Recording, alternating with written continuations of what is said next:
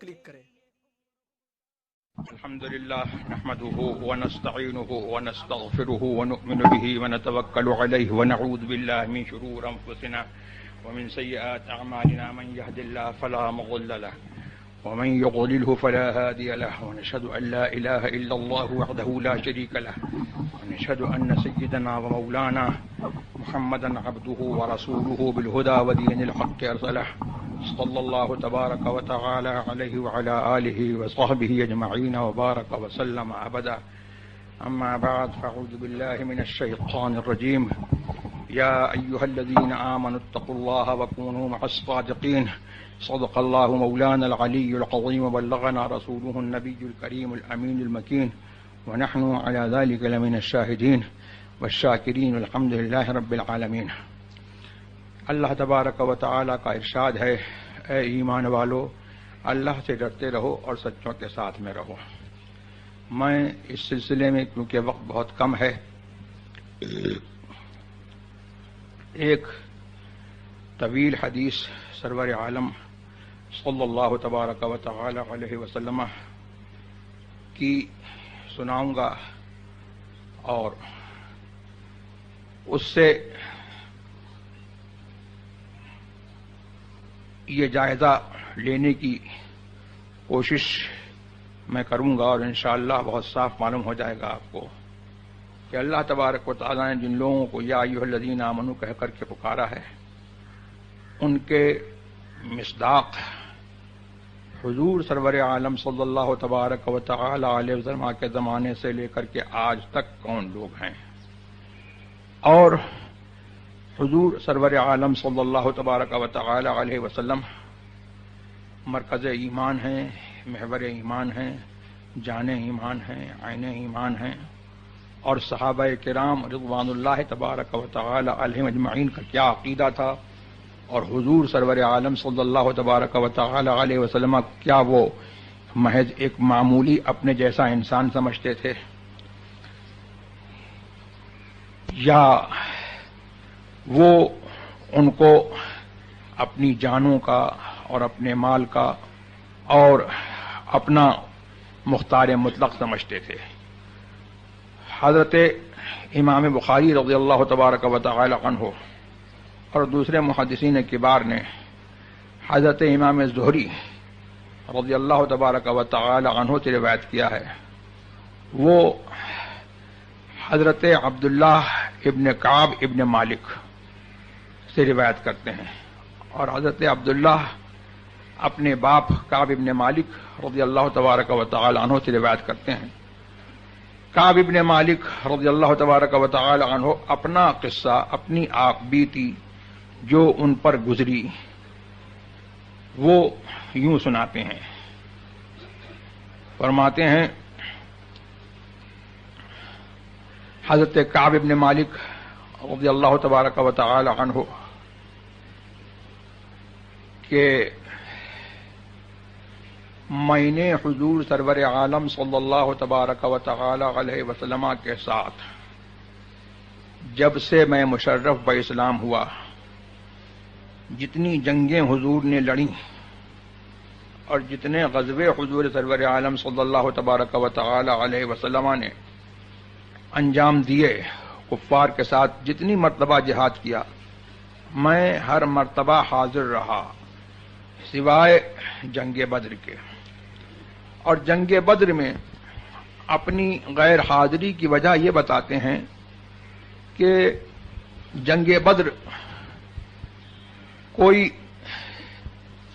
وقت مقررہ پر اور شیڈیول ٹائم پر جو ہے وہ جنگ بدر کفار سے نہیں ہوئی تھی، بلکہ ایسا ہوا تھا کہ کفار قریش نے جب حضور سرور عالم صلی اللہ تبارک و تعالی علیہ وسلم کو ایذا دی اور حضور کو ہجرت کا حکم دیا، اور حضور کے ساتھ جو حضور کے غلام تھے وہ بھی مدینہ شریف میں آئے، اور کچھ پہلے ہی حضور کے حکم سے کچھ حبشوں کو روانہ ہو گئے تھے، پھر حبشے سے جو ہے پھر مدینے میں آئے، اور کچھ لوگوں نے مدینہ ہی کی طرف ہجرت کی، تو اب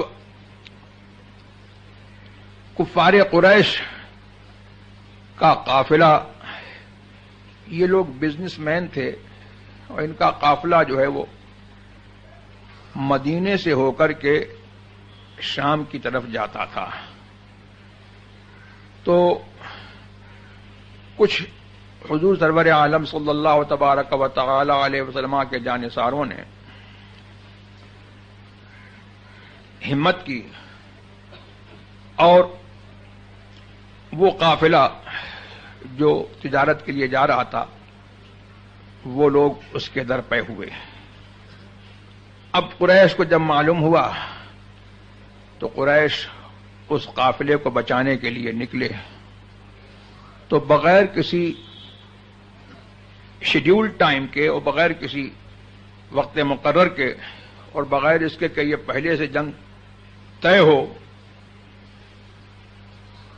اتفاق سے اچانک مسلمانوں کا گروہ اور کفار کا لشکر جو ہے وہ آمنے سامنے ہو گیا اور جنگ بدر کی جنگ پہلی جنگ حق و باطل کی ہوئی، جس میں اللہ تبارک و تعالی نے حضور سرور عالم صلی اللہ تبارک و تعالی علیہ وسلم کے وسیلے سے بے سر و سامان صحابہ کرام رضوان اللہ تبارک و تعالی علیہم اجمعین کو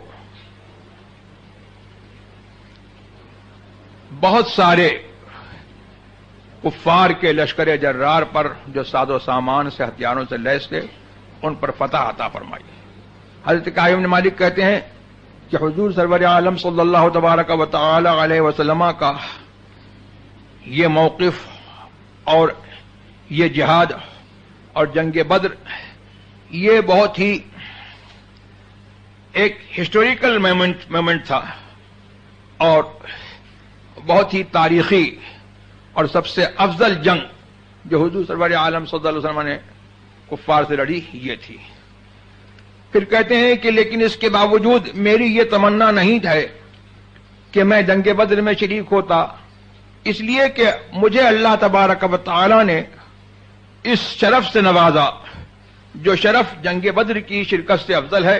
وہ شرف یہ تھا کہ مکان عقبہ میں اس پہاڑ کے نیچے جہاں حضور سرور عالم صلی اللہ تبارک و تعالی علیہ وسلم تشریف فرما تھے، میں نے حضور سے اسلام پر اور طاعت پر اور حضور کا کہنا ماننے پر میں نے عہد کیا. اس کے بعد کہتے ہیں کہ پھر تمام غزووں میں شریک رہا یہاں تک کہ غزوہ تبوک ہوا. اور یہ غزوہ تبوک سارے غزوے تو ہوئے، جنگ بدر ہوئی، جنگ احد ہوئی، یہ تو عربوں کی جنگ عربوں سے ہوئی. اور غزوہ تبوک یہ اس وقت کی جو بڑی پاورفل اور سپر پاور حکومت تھی روم کی. سرکار نے مدینے سے بہت دور، سینکڑوں کلومیٹر دور تبوک میں شام کے قریب رومیوں سے جو ہے اس سپر پاور سے یہ جنگ لڑی اور حضور سرور عالم صلی اللہ تبارک و تعالی علیہ وسلم کو فتح حاصل ہوئی. کہتے ہیں کہ یہاں تک کہ غزوہ تبوک کی باری آئی اور حضور سرور عالم صلی اللہ تبارک و تعالی علیہ وسلم نے عام منادی فرما دی، اعلان فرما دیا کہ لوگ جو ہے اس کے لیے تیاری کریں. اور غزوہ تبوک سے پہلے حضور سرور عالم صلی اللہ تبارک و تعالی وسلم کا طریقہ یہ تھا اکثر بیشتر کہ اگر کسی غزوے کے لیے جاتے تو اپنا فائنل ڈیسٹینیشن نہیں بتاتے تھے بلکہ توریہ کرتے تھے اور پہلودار بات کہتے تھے کہ میں فلاں جگہ جا رہا ہوں. اور یہ حضور کے غلاموں کو معلوم ہوتا تھا کہ فائنل ڈیسٹینیشن کیا ہے اور فرماتے تھے کہ جنگ جو ہے وہ دھوکے کا نام ہے. جنگ میں دشمن کو جو ہے اپنے راز سے واقف نہ کرایا جائے اور ایسی پالیسی اختیار کی جائے کہ دشمن جو ہے دھوکہ کھائے، تو یہ فرماتے تھے کہ جنگ دھوکے کا نام ہے.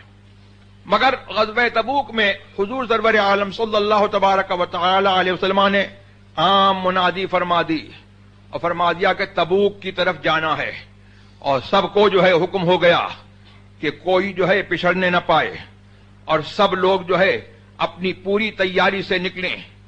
کہتے ہیں کہ حضور سرور عالم صلی اللہ تبارک و تعالی نے جو ہے جب اعلان فرما دیا تو میں جو ہے اس وقت جو ہے میں بہت آسودہ حال تھا، اور بہت ہی میں تونگر تھا، مالدار تھا، اور جہاد پر جو ہے مجھ کو بڑی قوت تھی۔ اور یہ غزوہ تبوک کس زمانے میں ہوئی؟ فرماتے ہیں بہت گرمی کا زمانہ تھا، جس زمانے میں پھل پک جاتے ہیں اور سائے جو ہے وہ گھنے ہوتے ہیں، ایسا زمانہ تھا۔ تو حضور سرور عالم صلی اللہ تبارک و تعالی نے اعلان فرمایا، اور جمعرات کے دن جو ہے صبح کو آپ جو ہے غزوہ تبوک کے لیے جو ہے مدینہ شریف سے روانہ ہوئے۔ اور حضور کی یہ عادت تھی کہ جب کسی سفر کے لیے نکلتے تھے تو جمعرات ہی کے دن جو ہے حضور جو ہے وہ سفر فرماتے تھے۔ اب کہتے ہیں کہ میں نے دل میں سوچا کہ حضور چلے گئے، میں کل جمعے کے دن جاؤں گا، بازار جاؤں گا اور اپنا ساز و سامان خریدوں گا، لشکر اور حضور سرور عالم صلی اللہ تبارک و تعالی علیہ وسلم سے جو ہے مل جاؤں گا، لیکن مجھے کچھ کام درپیش ہو گیا تو جمعے کے دن نہیں گیا۔ اور مجھے یہ سائے گھنے اچھے لگ رہے تھے اور یہ پھل پک گئے تھے، مجھے جو ہے اس کی طرف رغبت تھی، وہ اچھا لگ رہا تھا۔ تو دوسرے دن بھی جو ایسا ہوا کہ میں نے کہا کہ دوسرے دن نکل جاؤں گا، سامان خرید لوں گا اور اس کے بعد حضور سے مل جاؤں گا۔ کہتے ہیں کہ پھر مجھے کوئی کام درپیش ہو گیا، پھر میں نہیں جا سکا۔ اس کے بعد کہتے ہیں کہ مجھے جو ہے گناہ نے گھیر لیا اور میں جو ہے پھر بیٹھ رہا۔ اور اس کے بعد کہتے ہیں کہ میں نکلتا تھا بازاروں میں تو مجھ کو بڑی شرم آتی تھی، اور مجھے جو ہے یہ بہت برا لگتا تھا کہ لوگ دیکھیں اور وہ کسی ایسے شخص کو دیکھیں کہ جس کے اوپر جو ہے انگلیاں اٹھائی جائیں اور لوگ تانا دیں کہ یہ منافق ہے۔ یعنی اس زمانے میں حضور سرور عالم صلی اللہ تبارک و تعالی علیہ وسلم کے غزوے میں اگر کوئی شخص نہ جائے تو وہ منافق سمجھا جاتا تھا، لیکن یہ وفادار غلام تھے تو ان کو اس سے تکلیف ہوتی تھی۔ کہتے ہیں کہ اور لشکر اتنا عظیم جرار لشکر تھا کہ اگر کوئی چھپنا چاہتا تو آسانی سے چھپ سکتا تھا، اس لیے کہ اس لشکر کو کوئی بہت بڑا رجسٹر بھی جو ہے اس کا احاطہ نہیں کر سکتا تھا، اتنا عظیم لشکر تھا۔ اور پچھڑنے والے جو لوگ پیچھے رہ گئے وہ 80 سے زیادہ کچھ لوگ تھے، یعنی 83 سے لے کر کے 89 تک ان کی تعداد رہی ہوگی۔ کہتے ہیں کہ حضور سرور عالم صلی اللہ تبارک و تعالی میں جب غزوہ تبوک میں جنگ میدان تبوک میں پہنچے تو مجھے یاد کیا اور کہا کہ کعب ابن مالک کہاں ہیں؟ تو کہتے ہیں کہ میری قوم کا ایک شخص تھا، اس نے کہا کہ کعب ابن مالک تو اپنے عیش میں جو ہے مست ہیں، وہ اپنے اچھے لباس میں مست ہیں اور وہ اپنے اچھے لباس کی طرف نظر کر رہے ہیں اور ان کو اچھے لباس کو دیکھنے سے فرصت نہیں ہے۔ تو کہتے ہیں کہ یہ شخص جو تھا غالباً منافق تھا، اور کچھ اس کو حضرت کعب ابن مالک رضی اللہ تبارک و تعالی عنہ سے ذاتی رنجش تھی۔ تو حضرت معاذ ابن جبل رضی اللہ تبارک و تعالی عنہ نے فرمایا کہ اے شخص تو کتنی بری بات کہتا ہے، اور پھر ان کی معذرت پیش کی حضور کی خدمت میں کہ کہا کہ یا نبی اللہ، اللہ کے رسول صلی اللہ تعالی علیہ وسلم، یہاں سے آپ سنیے کہ یا نبی اللہ کہہ رہے ہیں صحابہ پکار رہے ہیں یا نبی اللہ، یہی تو مسلک اہل سنت ہے، ہم بھی تو پکارتے ہیں یا رسول اللہ۔ ہاں، یہی جو ہے مسلک اہل سنت ہے، اور یہی مسلک اعلی حضرت غیظ میں جل جائیں بے دینوں کے دل یا رسول اللہ کی کثرت کی۔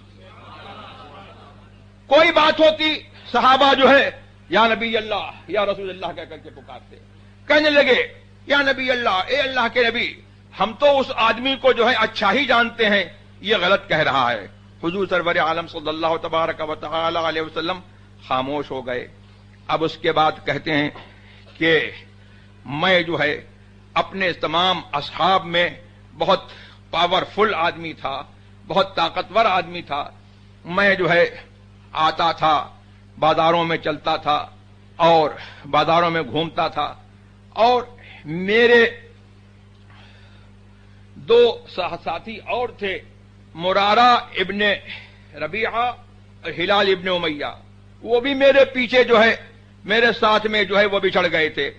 کہتے ہیں کہ میں اسی حال میں جو ہے رہا، اور میں سوچتا رہا کہ میں حضور کی خدمت میں، جب حضور کی خدمت میں آؤں گا اور حضور تشریف لائیں گے، حضور کی خدمت میں حاضر ہوں گا، تو کیسے بات بناؤں، کیسے میں ایکسکیوز کروں، ہاؤ کین آئی ایکسکیوز، میں کیا بہانہ بناؤں، اور حضور سرور عالم صلی اللہ علیہ وسلم کو کیسے میں پرسویٹ کروں، کیسے میں راضی کروں، اور حضور کے غصے سے، حضور کے جلال سے کیسے بچوں.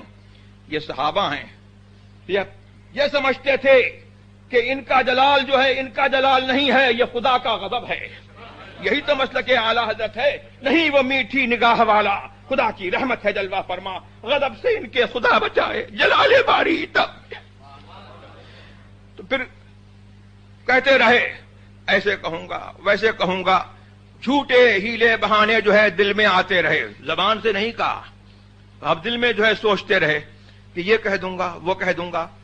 لیکن اس کے بعد جو ہے دل میں جو ہے یہ انہوں نے ارادہ جما لیا کہ سچ بولوں گا، اور کہا کہ اتنے میں پھر یہ ہوا کہ حضور سرور عالم صلی اللہ تبارک و تعالی علیہ وسلم تشریف لے آئے. ان کے تشریف آوری کی خبر جو ہے وہ ایک دن پہلے مل گئی کہ کل آ رہے ہیں. تو حضور سرور عالم صلی اللہ تبارک و تعالی علیہ وسلم دن جب چڑھ گیا، سن رائز کے ٹائم پر جو خوب اچھا سورج چڑھ گیا اوپر، آپ تشریف لائے. تو سب سے پہلے حضور اپنی عادت کے مطابق مسجد میں گئے. حضور کی عادت تھی جب کسی سفر سے واپس ہوتے تو اپنے گھر والوں سے نہیں ملتے تھے، اپنے گھر میں نہیں جاتے تھے، مسجد میں جاتے تھے اور 2 رکعتیں جو ہے وہ شکرانے کی پڑھتے تھے، اور اس کے بعد جو ہے پھر جو ہے اپنے صحابہ سے ملتے تھے اور اس کے بعد گھر میں جاتے تھے. تو کہتے ہیں کہ حضور جو ہے اپنی عادت کے مطابق مسجد میں تشریف لائے اور صحابہ سے 2 رکعتیں پڑھی، پھر صحابہ سے ملے.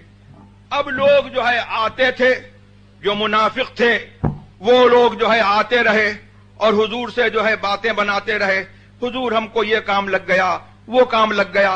حضور نے جو ہے ان کا جو ظاہری عذر تھا وہ قبول کر لیا، اور ان کا باطن اور ان کے اندر کی بات اللہ کے سپرد کر دی. اور یہ حضور کا قاعدہ تھا. حضور نے فرمایا کہ ہم کو یہ حکم ہے کہ ہم جو ہے ظاہر پر عمل کریں اور باطن جو ہے اللہ کے سپرد کر دیں.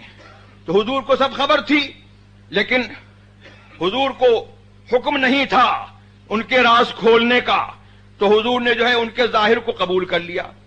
کہتے ہیں کہ اب میری باری آئی، میں حضور کی خدمت میں حاضر ہوا. تو کہتے ہیں کہ میری نظر جب حضور پر پڑی تو حضور جو ہے مسکرائے، لیکن اس مسکراہٹ میں غصہ تھا، جلال تھا. حضور نے فرمایا کہ کعب ابن مالک، تم نے تو اپنی اونٹنی خرید لی تھی، کیوں نہیں آئے؟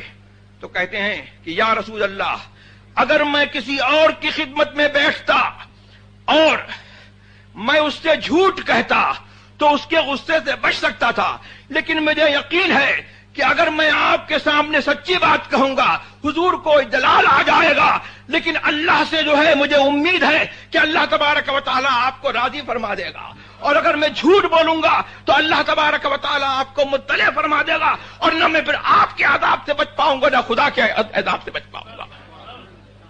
تو یہ صحابہ کا کیا عقیدہ تھا؟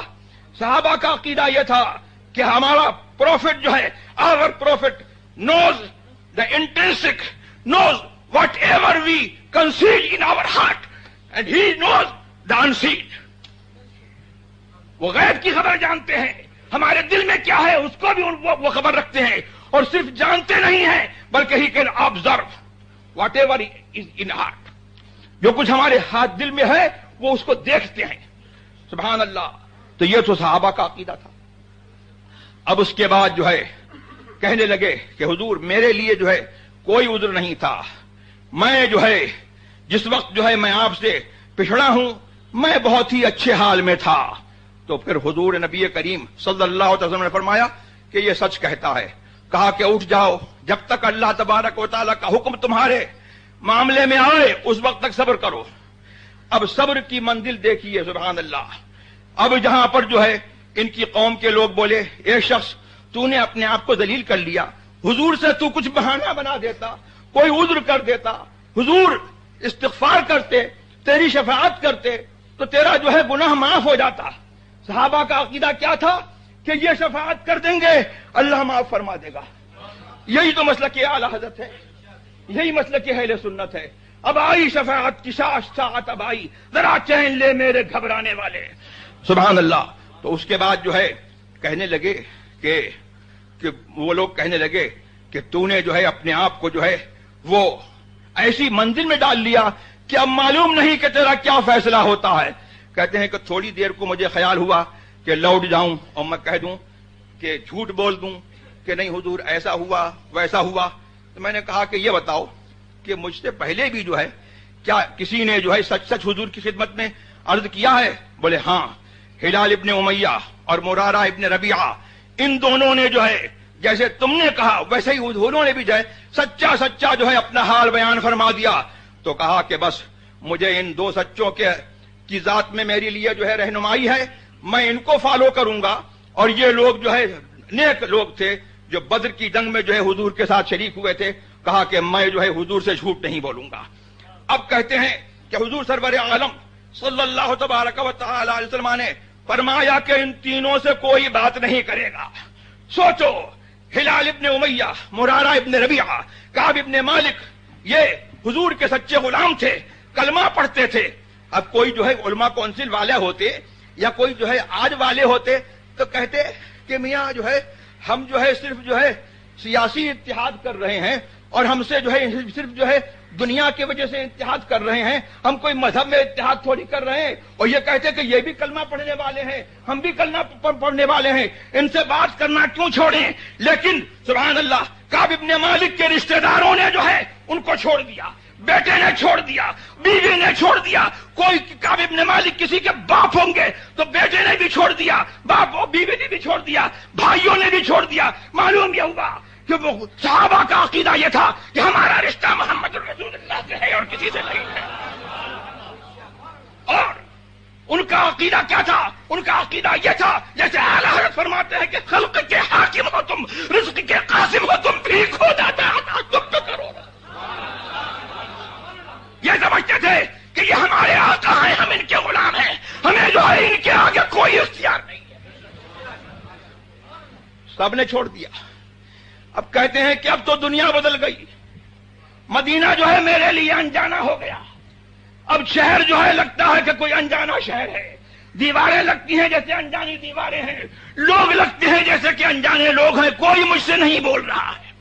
کہتے ہیں لیکن اس کے باوجود میں جو ہے صبر کے ساتھ جو ہے چلتا تھا، بازاروں میں چلتا تھا اور حضور کی مسجد میں آتا تھا، نماز پڑھتا تھا اور دیکھتا تھا کہ کیا حضور نے میرے سلام کا جواب دیا، حضور نے میرے سلام کا جواب دیا۔ حضور نے ان سے جو ہے سلام بند کر دیا اور حضور کے غلاموں نے سلام بند کر دیا۔ کہتے ہیں کہ پھر میں ایک ساریہ، ایک عمود، ایک پلر کی طرف جو ہے کھڑے ہو کر کے، اور سنت یہی ہے کہ جب اکیلا نماز پڑھ رہا ہے تو کوئی پلر وغیرہ ہو اس کے سامنے جو ہے کھڑا ہو جائے تاکہ ستھرا ہو جائے۔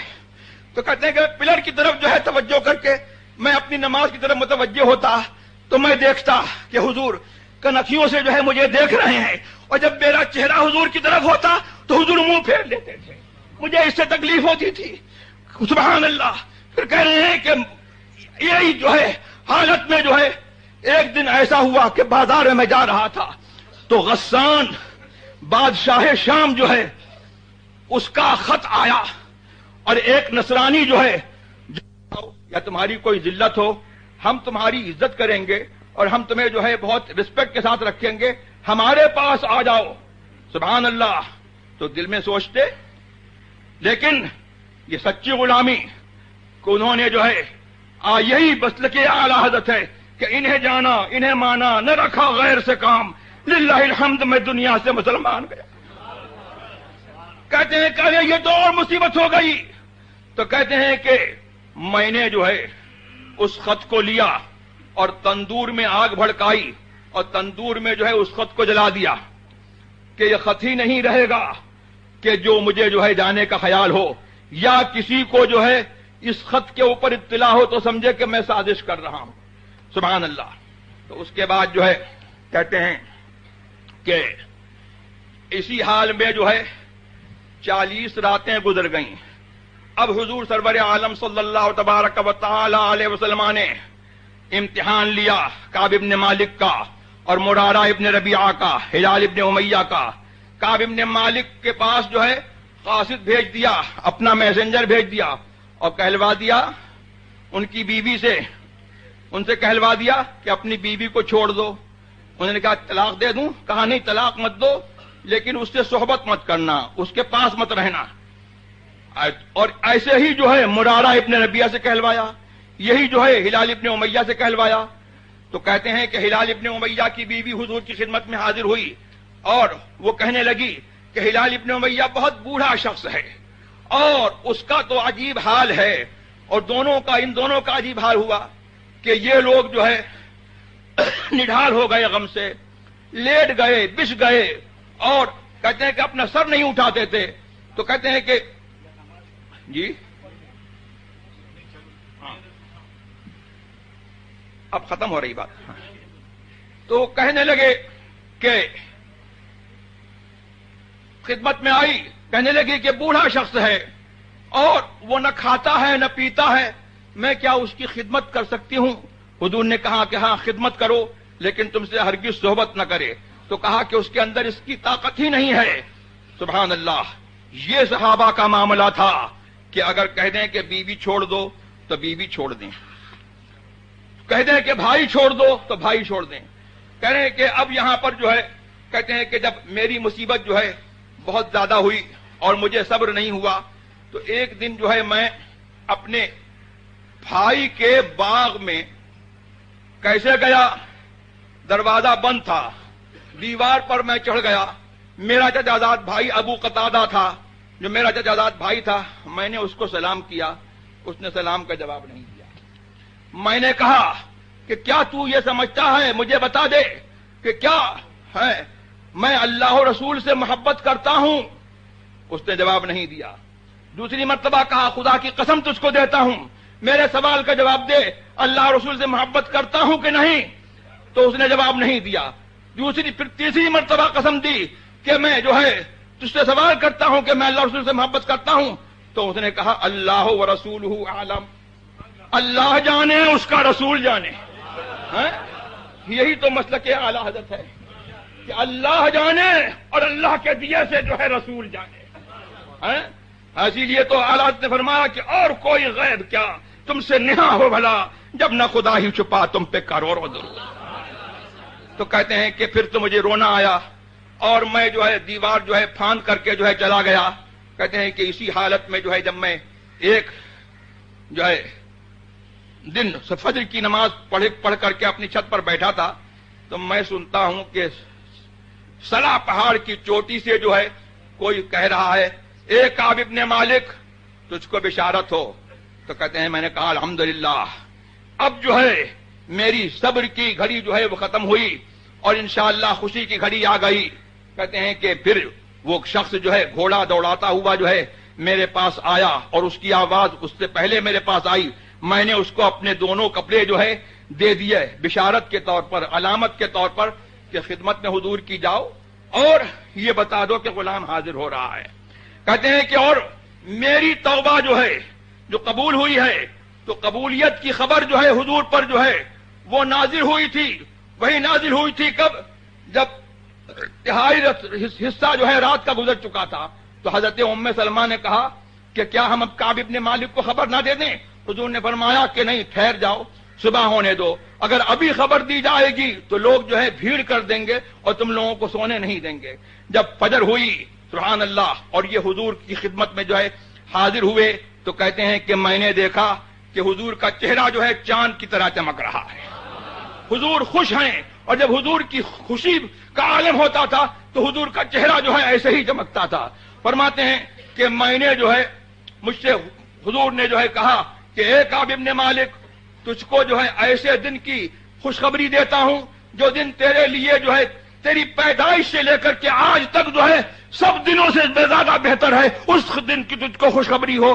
تو کہا کہ یہ آپ کی طرف سے ہے یا اللہ کی طرف سے ہے؟ فرمایا کہ نہیں، یہ اللہ کی طرف سے ہے۔ اور کہتے ہیں کہ ہمارے ہی جو ہے حق میں جو ہے یہ آیت نازل ہوئی کہ لقد تاب اللہ علی النبی والمہاجرین والانصار الذین اتبعوه فی ساعۃ العسرہ حتی اذا ضاقت علیہم انفسهم وضاقت علیہم الارض بما رحبت فتاب علیہم وهو التواب الرحیم۔ اللہ تبارک و تعالی نے اس نبی صلی اللہ تعالی علیہ وسلم کر اپنی رحمت سے رجوع فرمایا اور مہاجرین و انصار کی توبہ کو قبول فرمایا، جنہوں نے حضور کی پیروی کی، حضور کی غلامی کی فی ساعۃ العسرہ، اس مشکل کی گھڑی میں، جنگ تبوک میں، اور یہاں تک کہ جب ان لوگوں پر جو ہے ان کی جانیں تنگ ہو گئیں اور زمین ان پر جو ہے تنگ ہو گئی اپنی کشادگی کے باوجود، اللہ نے ان کی توبہ قبول فرمائی اور وہی توبہ قبول کرنے والا مہربان ہے۔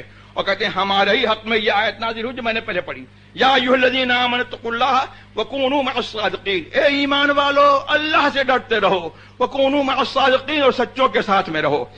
تو کہتے ہیں کہ پھر میں نے جو ہے حضور کی خدمت میں عرض کی کہ میری توبہ یہ ہے کہ حضور میں ہمیشہ سچ بولوں گا۔